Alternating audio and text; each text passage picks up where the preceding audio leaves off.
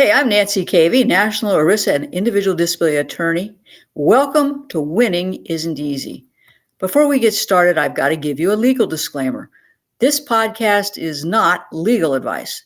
The Florida Bar Association says I have to say this, so I've said it. Nothing will ever prevent me from giving you an easy-to-understand overview of the disability insurance world, the games that disability carriers play, and what you need to know to get the disability benefits you deserve. So off we go. Now, disability claims also come with disability guidelines. Do you know that disability carriers or plans have guidelines for returning to work and others for duration of disability? No? Well, today I'm going to talk about how those guidelines work, how to watch out for them, and how we go about attacking a disability carrier plan's use of disability guidelines or duration guidelines. I'm going to talk about three things today. Number one, disability insurance companies' return to work guidelines and what you need to know about their call to you about a return to work. 2, your claim has lasted way too long. And how does an ERISA disability carrier plan use a comorbid claim guideline if you have multiple conditions? And let me give you an example in our last segment of Cigna improperly using disability guidelines to deny a claim. So we're going to put it all together in these 3 episodes. Let's take a break before we get started. Robbed of your peace of mind by your disability insurance carrier? You owe it to yourself to get a copy of Robbed of Your Peace of Mind, which provides you with everything you need to know about the long-term disability claims process. Request your free copy of the book at caveylaw.com today.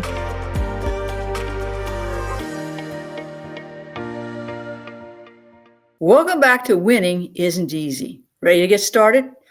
Let's talk about disability insurance companies' return to work guidelines and what you need to know about their call to you about a return to work. Disability carriers or plans are not in the business of paying benefits. Are you surprised? Their goal is to get you off disability as quickly as possible. And one of the ways they do that is to continually review your medical records, have their medical consultant determine whether you're able to return to work, and if possible, get your buy-in for a return to work date. Now, do you remember when you filled out forms called Activity of Daily Living forms, ADL forms? They asked you all sorts of questions. And the carrier's use of return to work disability duration guidelines will start with what you put on the ADL form. Now, what's the common question that will lead us to this issue? The question about how does your illness, injury, or condition limit your ability to work when the standard of disability is an inability to do your own occupation? Now, that question sort of is a stupid question, isn't it? Because you would think that based on what you've told the carrier, what you have put in your medical records, what your doctors recorded about you, would make it obvious. But I assure you that unfortunately, what you tell your physician isn't always found in the medical records, or physicians may not always comment on the issues that you have that limit your ability to work. And I assure you that the ERISA disability carrier plan is looking for it, but they often aren't going to find it. So what I want you to do is to take out a piece of paper, and I want you to think backwards. And what do I mean by that? So what you should be doing is writing down the material and substantial duties of your occupation. And you should draw a line from each one of these duties across the piece of paper and write down what it is about your illness, injury, or condition that limits or prevents you from performing each one of these duties. So let me give you an example. Let's say that you have a back condition that limits your ability to sit. And so what you want to write down is back pain, burning pain down my leg, and draw a line. And you want to put that I have to change positions every 30 minutes, or I have to elevate my legs every hour, or you have to put ice packs on your back for 3 times a day for 30 minutes at a time. So you want to try to start by writing down the material and substantial duties of your occupation, the symptoms in the next column, the symptoms that you have, and then connect it with what impact your symptoms have with your inability to do each one of those material and substantial duties of your occupation. Is it a pain? Yes, but this is how I think you should go about doing it. Now, I'm often asked, well, how do I answer the question, how does your illness, injury, or condition limit your ability to work, when the standard changes to an inability to do any occupation? Now, once you're paid your own occupation benefits, you may be eligible for any occupation benefits if your disability prevents you from performing, hypothetically, any other occupation that you're capable of doing in view of your education, skills, and whatever your restrictions are. Now, remember, you did not insure your job, you insured an occupation. And the game here is the disability carrier wants to get you at a sedentary level of functioning and then have their vocational evaluators identify sedentary occupations that you could do. Because bingo, they're going to say, hey, you can do any other occupation. Now, one of the tools that disability carriers are going to use is your ADL forms. They're going to argue that you can do a sedentary job based on what you put on the forms.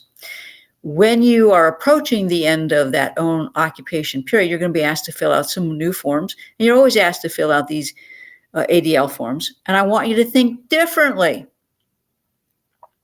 because the standard of disability has changed.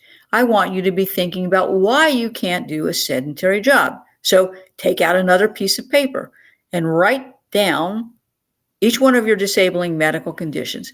I have a herniated disc in my low back. Write down what your symptoms are.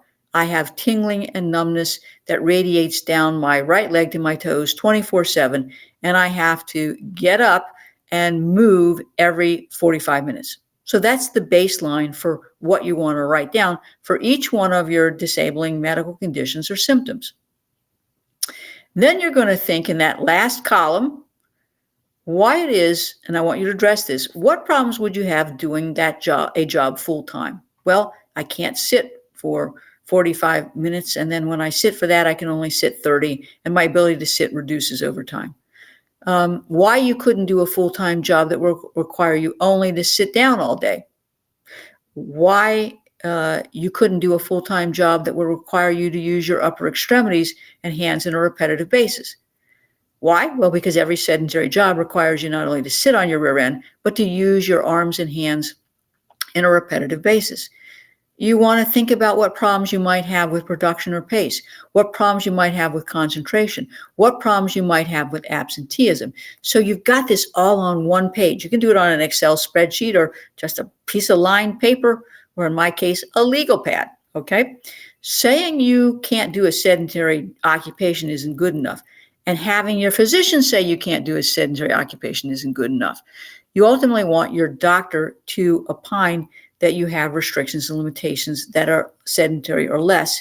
And in doing so, I think it's helpful that you give your doctor this kind of information. Now, what the disability carrier is going to do with this in part also is to say, look, yeah, you have a herniated disc. Yeah, you had surgery, but your disability has lasted like way, way too long. And we're going to use the Disability Advisor Guidelines, and you should be able to return to work in a specific number of days based on what they say in this Disability Advisor Guidelines. So I will tell you that either exceeding the disability duration guideline, approaching a change in definition of disability, is going to trigger a disability carrier review. And that's true regardless of whether or not you're in the own occupation or any occupation stage, because that's game two, if you will. They want your doctor, their doctors to say that you can return to work in a sedentary capacity. They want to try to get your doctors to buy in. They'll often have their medical consultants speak with your doctor and agree that you can go back to work. Now, once your physician agrees that you can return to work, you're then going to get a telephone call from the claims examiner. Don't be surprised if you get a call, even if your physician doesn't think you can return to work. And if you get that call, you should tell them to put their questions in writing so you have time to give them a considered answer and consider the exercise I just outlined, and certainly have a meeting with your physician.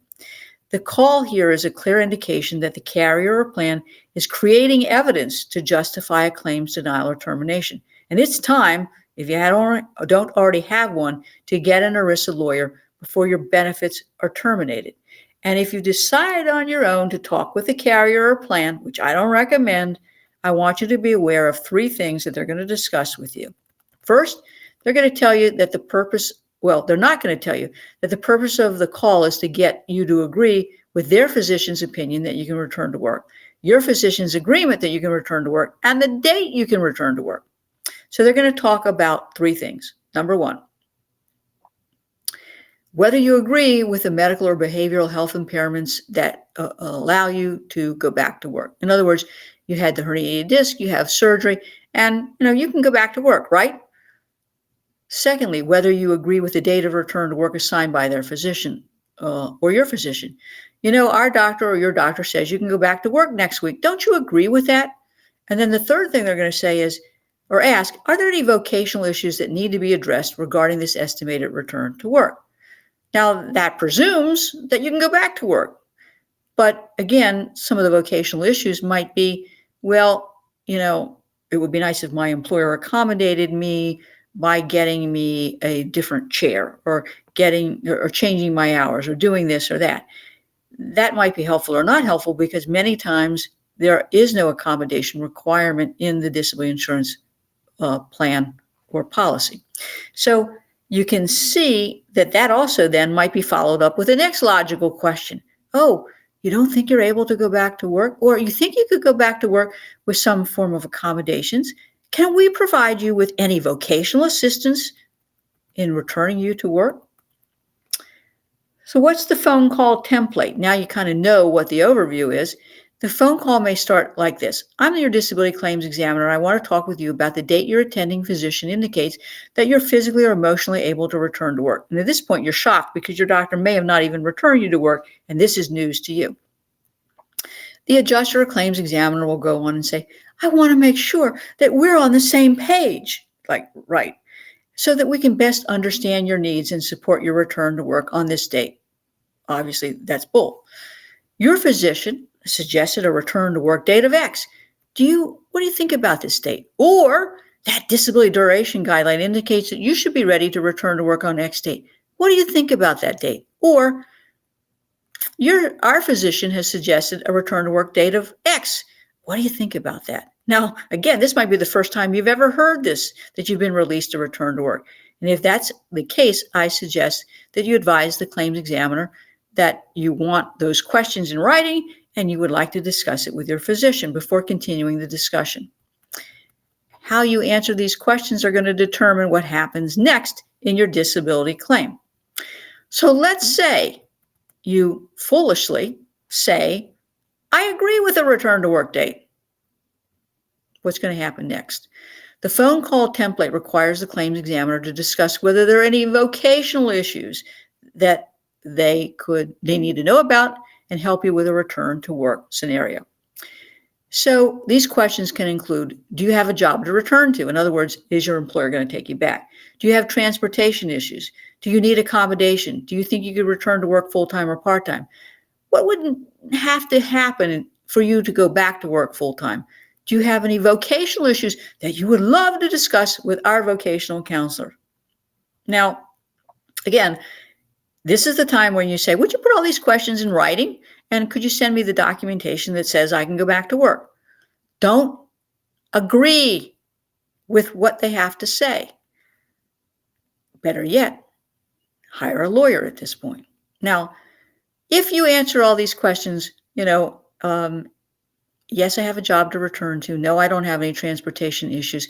No, I don't need any accommodation. Yes, I could work full-time. You've just screwed yourself because the disability carrier is going to note that you're in agreement with a return to work date. And next, the claims examiner is going to reach out to your employer to see if there's a job available that they can offer you so that you can return to work.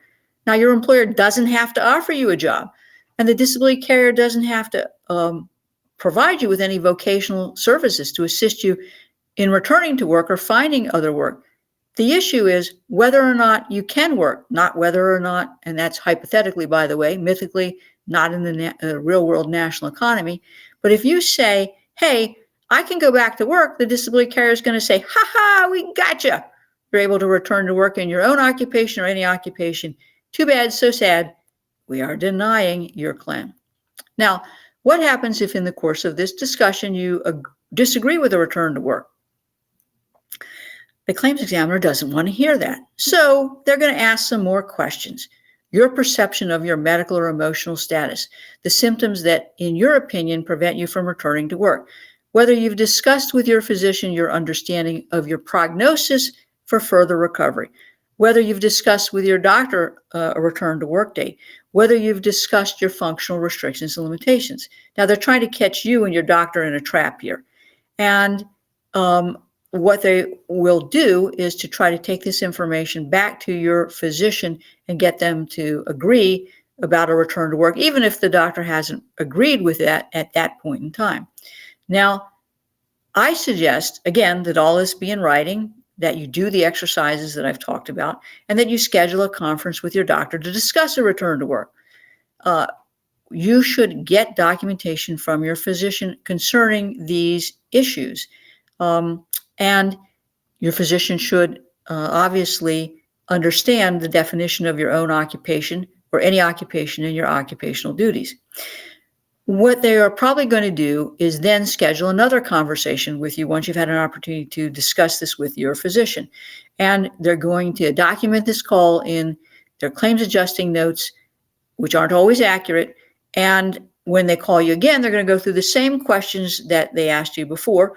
What are your symptoms, your functionality, your activities of daily living, side effects of medication, looking for inconsistencies between what you put in your ADL forms and what you told your doctor.